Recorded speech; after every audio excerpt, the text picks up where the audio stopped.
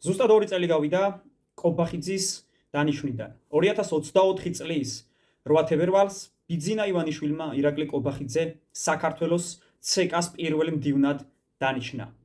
ამ 2 წლის განმავლობაში თითქოს მათი მტკიცებით ყველაზე მაგარი პრემიერი არც ერთხელ არ შეხვედრია მოსახლეობას.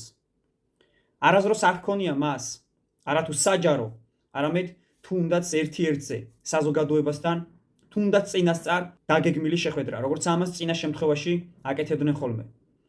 როცა ქართული ოცნების აქტივისტებს თუ მხარდამჭერებს ახვედრებდნენ მათ ლიდერებს და ქმნიდნენ იმ განცდას და პარალელურ სამყაროს, რომ თურმე ქართული ოცნების მიმართ დამოკიდებულება იყო ძალიან პოზიტიური.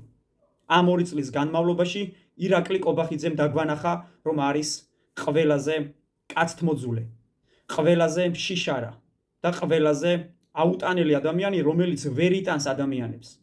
ჩვენ ძალიან კარგად ვნახეთ ნიკა მელიასა და ირაკლი კობახიძის ქუჩაში შემდგარი კომუნიკაცია, სადაც კობახიძეს მისი მხარდამჭერი ქალები იცავდნენ.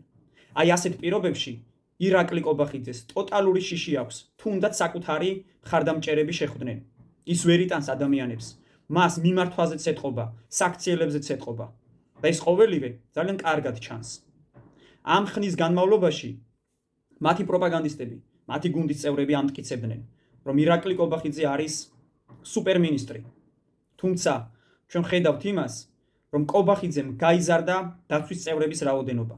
თუ კი ამ ქვეყანაში არსებობს უსაფრთხო გარემო, სადაც ადამიანებს გადაადგილება და უფრო მეტიც ცხოვრება შეუძლიათ ძალიან უსაფრთხო გარემოში, მაშინ ვსვამ ლოგიკურ კითხვას. რატომ გაიზარდა კობახიძემ დაცვის წევრების რაოდენობა? რატომ არ გამოდის ქუჩაში ის და საკუთარ მადლიერ მოსახლეობას რატომ არ ენახება?